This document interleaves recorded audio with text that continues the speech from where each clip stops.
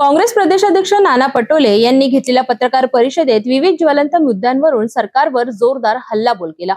शेतकऱ्यांच्या प्रश्नांवरून त्यांनी सरकारवर गंभीर आरोप केले, तसेच निवडणूक आयोगाच्या कामकाजावर प्रश्नचिन्ह उपस्थित करत त्यांच्यावर गुन्हे दाखल करण्याची मागणी केली।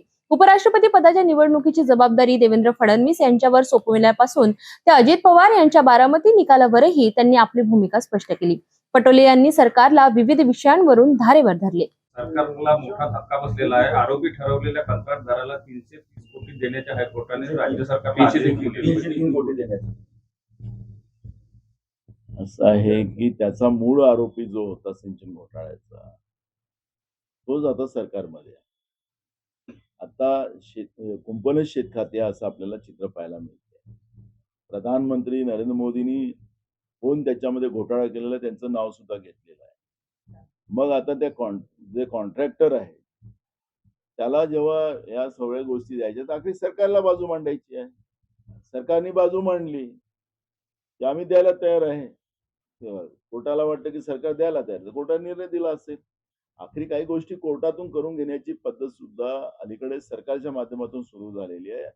सरकारनं जे काही करून घ्यायचं आहे ते आता कोर्टातून करून घ्यायचं एक नवीन फॅशन या सरकारने आणलेली आहे। आपल्याला माहितीसाठी सांगतो मी, ज्याच्यामध्ये स्वतः देवेंद्र फडणवीसांनी माननीय सुप्रीम कोर्टाने जो निर्णय दिला होता वन जमिनीच्या बाबतचा, झोपडी जंगलाच्या बाबतचा, त्याच्यामध्ये त्यांनी स्वागत केलं आणि मी म्हणालो होतो की याला रिपिटिशन टाकावं लागेल। हा आपल्या विदर्भाच्या विकासासाठी सगळ्यात आडसर हा ठरणार आहे आणि त्याच्यामुळे जवळपास 27 लाख हेक्टर जमीन ही फॉरेस्ट आपल्या ताब्यात घेईल आणि म्हणून याला तातडीनं रिपिटिशन आपण टाकलं पाहिजे।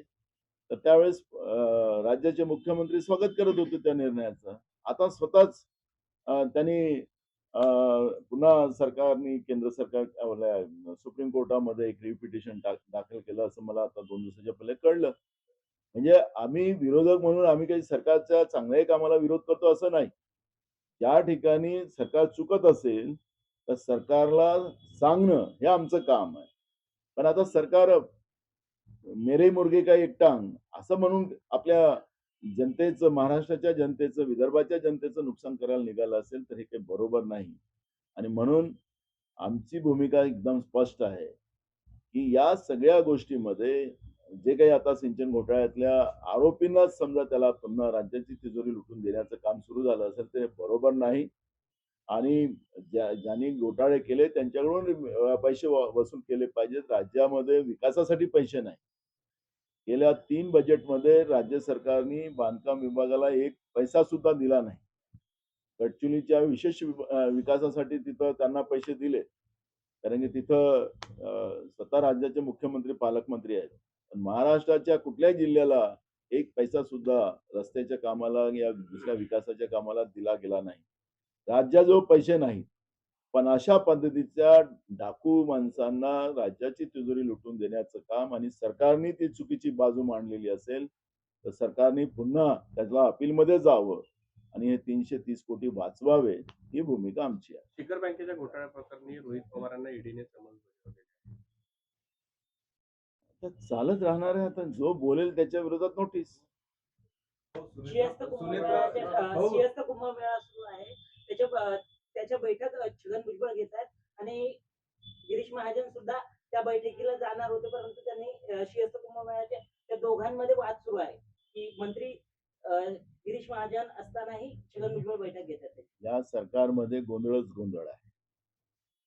या राज्यातले मुख्यमंत्री कॅबिनेटला जात नाही, मंत्री कॅबिनेटला जात नाही आणि आता तर पालकमंत्र्याचे अधिकार काढले गेलेत अशी बातमी मी आता ऐकलेली आहे।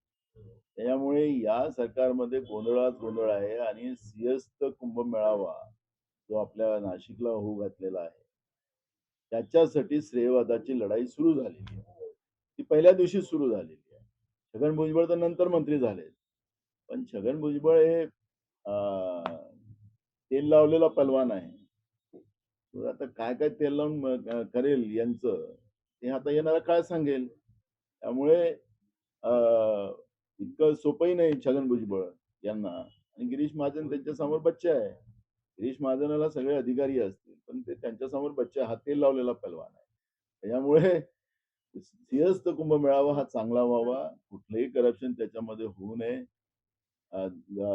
जगभरातून येणारे साधू संत आणि जेवढे त्या ठिकाणी यात्रेकरू येतील त्यांची चांगली व्यवस्था व्हावी आणि त्या ठिकाणी कुठली गैरसोय होऊ नये याची काळजी सरकारने घ्यावी.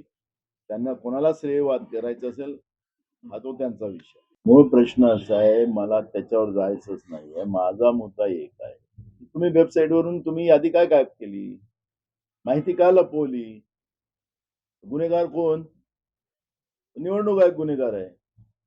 तुम्ही अजूनही त्यांच्या वेबसाईटवर कुठेही जा, तुम्ही राज्याच्या जा की केंद्राच्या निवडणूक आयोगाकडे जा, तुम्हाला कुठल्याही वेबसाईटवर तुम्हाला याद्या आणि निकालाची अद्ययावत माहिती तुम्हाला पाहायला मिळत नाही.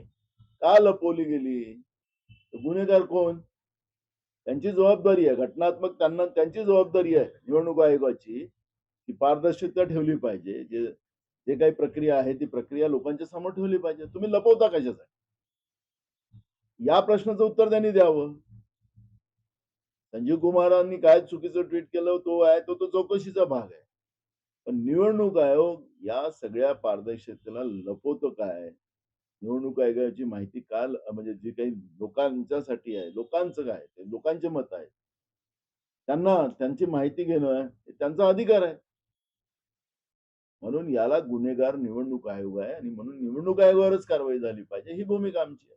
माझा शेवटचा प्रश्न, सुदर्शन रेड्डी यांचा जो चॉईस आहे राष्ट्रपती निवडणुकीसाठी इंडिया आघाडीचा, तर त्यावर आता प्रश्न उचलले जात आहेत. असं म्हटलं जात आहे की त्यांनी सर्वाजुडूमच्या संबंधात 2011 मध्ये जो निर्णय दिला होता त्यामुळे त्यांना देण्यात आलेला आहे, कारण आणखी खूप लायक उमेदवार आहे. असं आहे की आता त्यांचा जो उपराष्ट्रपतीचा उमेदवार आहे त्यांचं काय न्यायाधीशांनी काय निर्णय द्यायचे तो त्यांचा अधिकार आहे, त्यांच्या अधिपत्याखाली आहे. न्यायालयाच्या निर्णयाच्या विरोधात बोलता येत असं आपण म्हणतोय आणि ते पाळतो. आता ते उमेदवार झाले म्हणून हे त्यांच्यावर प्रतिक्रिया देतात. अपीलमध्ये जायला पाहिजे काय त्याला प्रोसिजर आहे. म्हणून आता या प्रतिक्रियेला काय निवडणूक हारतात आहेत ही जी मोदी सरकार यासाठी या पद्धतीचं खोटे आरोप करून आणि मतदातांचं मत डायव्हर्ट करण्याचा जो प्रयत्न अयशस्वी केला जातो आहे. तुम्हाला माहितीसाठी सांगतो, सुदर्शन फिरलेलं आहे. सुदर्शन चक्र आहे भगवान विष्णूचं आणि सुदर्शन रेड्डी हे निवडून येतील. नाना पटोले यांनी अनेक महत्त्वाच्या मुद्द्यांवरून सरकारवर सळकून टीका केली. शेतकऱ्यांच्या प्रश्नांवरून सरकारच्या असंवेदनशीलतेवर त्यांनी बोट ठेवले. निवडणूक आयोगावर केलेल्या आरोपांमुळे एक नवा वाद निर्माण होण्याची शक्यता आहे. तसेच आगामी काळात राजकीय घडामोडी कशा असतील याचे संकेतही त्यांनी दिलेत. आता या आरोपांवर सरकारकडून काय प्रतिक्रिया येते हे पाहणे महत्त्वाचे ठरेल.